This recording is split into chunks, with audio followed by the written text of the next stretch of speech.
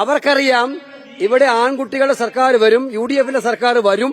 ആ സർക്കാർ വന്നാൽ ഇതൊക്കെ നടപ്പിലാക്കുന്ന അവർക്കറിയുന്നതുകൊണ്ട് കണ്ണിൽ പൊടിയിടാൻ വേണ്ടിയുള്ള പ്രഖ്യാപനം നടത്തുന്നതാണ് അവര്.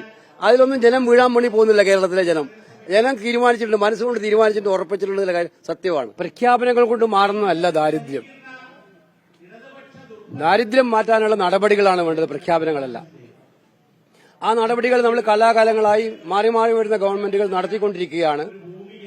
അത് സമ്പൂർണ്ണതയ്ക്ക് എത്താൻ വേണ്ടിയിട്ടുള്ള പരിശ്രമങ്ങളിലാണ് നമ്മൾ എല്ലാവരും. പക്ഷെ ഇവിടെ നടന്നിരിക്കുന്നത് ശുദ്ധ തട്ടിപ്പാണ്.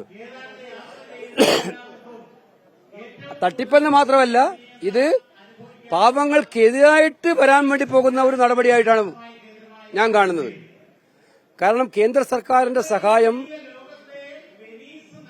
അതിദരിദ്രരായ ആളുകൾക്ക് വേണ്ടിയിട്ടുള്ള പ്രത്യേകമായ സഹായം ഇല്ലാതാക്കാൻ വേണ്ടിയിട്ടുള്ള ഒരു നടപടിയായിട്ട് ഇത് വരുമോ എന്നതാണ് ഇപ്പം ഞങ്ങൾ ഭയപ്പെടുന്നത്. കാരണം ഇപ്പൊ ആലപ്പുഴയിലെ ജനങ്ങൾക്കറിയാം, കേരളത്തിലെ ജനങ്ങൾക്കറിയാം, ദാരിദ്ര്യരായിട്ടുള്ള ആളുകളുടെ എണ്ണം ഒരു സുപ്രഭാതത്തിൽ പ്രഖ്യാപനം കൊണ്ട് കുറക്കാൻ കഴിയില്ല എന്നറിയാം. അതിനുള്ള സയന്റിഫിക് ആയിട്ടുള്ള ഒരു നടപടിയും ഗവൺമെന്റ് സ്വീകരിച്ചിട്ടില്ല. അത് മാറ്റാൻ വേണ്ടിയുള്ള ഫലപ്രദമായ ഇടപെടലുകളും ഉണ്ടായിട്ടില്ല.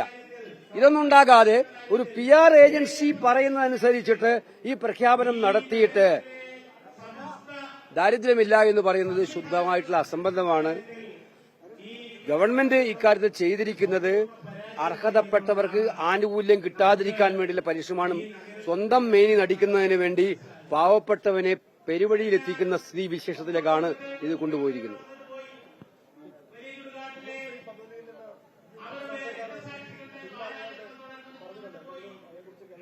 അല്ല, ഇന്നലെയും ഞാൻ കേന്ദ്ര വിദ്യാഭ്യാസ മന്ത്രിയുടെ പ്രസ്താവന കണ്ടു ഒഡീസയിൽ നിന്ന്. കേന്ദ്ര സർക്കാരിനെ സംബന്ധിച്ച് ഒരു വിവരവും കിട്ടിയിട്ടില്ല. PMCയിൽ ഒപ്പിട്ട കരാറ് മാത്രമാണ് അവരുടെ മുന്നിലുള്ളതെന്നാണ്. ഇവിടെ മാധ്യമങ്ങളിലൂടെ ഒരു പ്രഖ്യാപനം നടത്തുകയുണ്ടായിട്ടുണ്ടായി, അതറിയില്ല. അത് CPI-CPM ഒത്തുകളിയായിട്ട് മാറി എന്നുള്ളതാണ് ഇപ്പോൾ ഏറ്റവും ഒടുവിൽ വന്നുകൊണ്ടിരിക്കുന്നത്. കാര്യം മാറ്റമൊന്നും ഉണ്ടായിട്ടില്ല എന്നാണ്. അതിന് CPI-ക്കാരാണ് അത് അന്വേഷിക്കേണ്ടത്.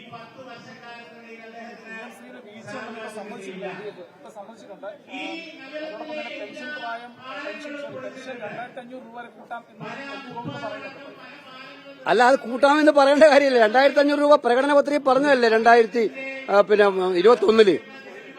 ആ 21 പറഞ്ഞ പ്രകടന പത്രിക നടത്താൻ തയ്യാറാവാത്ത ഇപ്പം 5 കൊല്ലം കഴിഞ്ഞിട്ടും 400 രൂപ കൂട്ടിയത് ഇലക്ഷന് 3 മാസം മുമ്പാണ്. ഇലക്ഷന് 3 മാസം പ്രഖ്യാപനം. അവർക്കറിയാം ഇവിടെ ആൺകുട്ടികളുടെ സർക്കാർ വരും, UDF-ന്റെ സർക്കാർ വരും. ആ സർക്കാർ വന്നാൽ ഇതൊക്കെ നടപ്പിലാക്കുന്ന അവർക്കറിയുന്നതുകൊണ്ട് കണ്ണിൽ പൊടിയിടാൻ വേണ്ടിയുള്ള പ്രഖ്യാപനം നടത്തുന്നതാണ് അവര്. അതിലൊന്നും ജനം വീഴാൻ വേണ്ടി പോകുന്നില്ല. കേരളത്തിലെ ജനം തീരുമാനിച്ചിട്ടുണ്ട്, മനസ്സുകൊണ്ട് തീരുമാനിച്ചിട്ട് ഉറപ്പിച്ചിട്ടുള്ള കാര്യം സത്യമാണ്.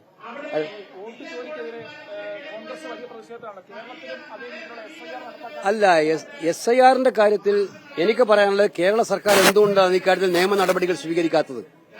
നിയമത്തിന്റെ വഴിയിൽ എന്തുകൊണ്ടാണ് കേരള സർക്കാർ പോകാത്തത്? കാരണം ഇവിടെ പ്രധാനപ്പെട്ട പ്രശ്നം, നിങ്ങൾ ആ ടൈമിംഗ് നോക്കിയാൽ അറിയാം. ഡിസംബർ 9 വരെയാണ് SIR-വുമായി ബന്ധപ്പെട്ടിട്ടുള്ള ഈ ആളുകളെ ചേർക്കുന്ന പ്രക്രിയയുടെ ഭാഗമായ ആദ്യഘട്ടം തീരുന്നത്. ഡിസംബർ 9 എന്ന് പറയുന്നത് തദ്ദേശ ഭരണ തെരഞ്ഞെടുപ്പ് നടക്കുന്ന അതേ തീയതികളിലാണ്.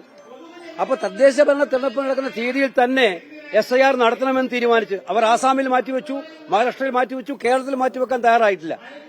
സംസ്ഥാന സർക്കാർ പ്രഖ്യാപനം നടത്തുന്നുണ്ട്, അവരുടെ പ്രമേയങ്ങൾ വരുന്നുണ്ട്. പക്ഷെ എന്തുകൊണ്ട് നടപടിയിലേക്ക് പോകുന്നില്ല? അവരെന്തുകൊണ്ട് നിയമപരമായി ഈ വഴിയിൽ ചിന്തിക്കുന്നില്ല? തദ്ദേശ ഭരണ തെരഞ്ഞെടുപ്പിലേക്ക് പോകുന്ന കേരളത്തെ SIR കൂടെ നടപ്പിലാക്കുക എന്ന് പറഞ്ഞാൽ ഫലപ്രദമായി SIR നടപ്പിലാക്കാൻ കഴിയില്ല എന്ന് ഏത് കുഞ്ഞിനും അറിയാം.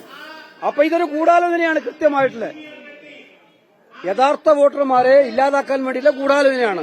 അതിനെതിരായിട്ടുള്ള പോരാട്ടം ഞങ്ങൾ എന്തായാലും ശക്തമായിട്ട് തുടരും, നടത്തുക തന്നെ ചെയ്യും. അല്ല, കേരളത്തിലെ പാർട്ടി ഇന്നലെ ചിന്തിച്ചിട്ടുണ്ട്. അത് വിപുലമായ പ്രതിഷേധത്തിലോട്ട് ഞങ്ങൾ പോവാണ്. 2 രീതിയിലാണ്. ഒന്ന്, വിജിലന്റായിട്ടിരുന്നുകൊണ്ട് പാർട്ടിയുടെ താഴെത്തട്ടിലെ കമ്മിറ്റികൾ അർഹതപ്പെട്ടവരുടെ വോട്ട് ഇല്ലാതാക്കുന്നതിനെതിരായിട്ടുള്ള ശക്തമായിട്ടുള്ള നിരീക്ഷണം ഞങ്ങൾ ഏർപ്പെടുത്തും. അതോടൊപ്പം തന്നെ ശക്തമായ ബോധവൽക്കരണവും സമരവും ഞങ്ങൾ സംഘടിപ്പിക്കും. ഇതാണ് SIR നടക്കാൻ വേണ്ടി പോകുന്നത്. കേന്ദ്ര സർക്കാരിനെ സംബന്ധിച്ചിടത്തോളം അവർ ഏറ്റവും വലിയ തട്ടിപ്പിന്റെ ആശം. ഞാൻ കഴിഞ്ഞ ദിവസം കണ്ടിട്ടായി, നിങ്ങൾ ഇന്നലെ കണ്ടിട്ടുണ്ടാകും, കായംകുളത്ത് ഒരു കേന്ദ്രമന്ത്രി സ്റ്റേഷനിൽ, ഒരാഴ്ച മുമ്പേ ഓച്ചിറയിൽ കേന്ദ്രമന്ത്രി സ്റ്റേഷനിൽ. കേന്ദ്രമന്ത്രിമാരോട് മണ്ഡലത്തിൽ വരുന്നതിന് എനിക്ക് വലിയ ബഹുമാനമാണ്. അവർ വരുന്നതിന് കുഴപ്പമൊന്നുമില്ല, അവർക്ക് വരാൻ അധികാരമുണ്ടല്ലോ. പക്ഷെ ഒരു റെയിൽവേ സ്റ്റേഷനിലെ സ്റ്റോപ്പ് അനുവദിച്ചതിന് കേന്ദ്രമന്ത്രി വന്ന് ഉദ്ഘാടനം ചെയ്യുന്നത് ഞാൻ ആദ്യമായിട്ടാണ് കാണുന്നത്. ഒരുപാട് കാലമായി പാർലമെന്റിലും മിനിസ്റ്ററിലും. അപ്പോൾ കേന്ദ്രമന്ത്രിമാരെ ഈ രീതിയിൽ ഉപയോഗിച്ചിട്ട് യഥാർത്ഥത്തിലുള്ള ജനപ്രതിനിധികളുടെ അവകാശം കവർന്നെടുക്കാൻ ശ്രമിക്കുന്നത് അങ്ങേയറ്റത്തെ ദോഷകരമായ കാര്യം. അപ്പൊ തെരഞ്ഞെടുപ്പിന് വേണ്ടി എന്ത് നാടകം കളിക്കാൻ അവരും മോശമെല്ലാം തെളിയിച്ചുകൊണ്ടിരിക്കുകയാണ്.